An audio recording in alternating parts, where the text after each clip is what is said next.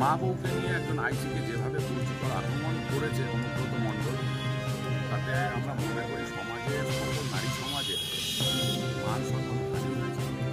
সমাজ দেখতে চায় এই অনুব্রত মণ্ডলকে পুলিশের কোমরে দড়ি বেঁধে রাস্তায় হাঁটিয়ে থানায় সেই মর্মে আজকে আমাদের বর্তমান থানায় স্মারকলিপি করেছে।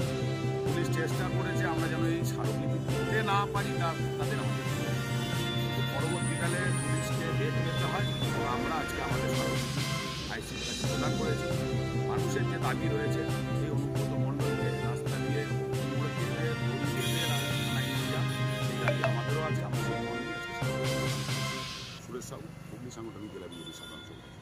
জবাবের দাবিতে বিজেপি রাস্তায় লড়বে। সেই জবাবের দাবিতে বিজেপি রাস্তায় লড়বে।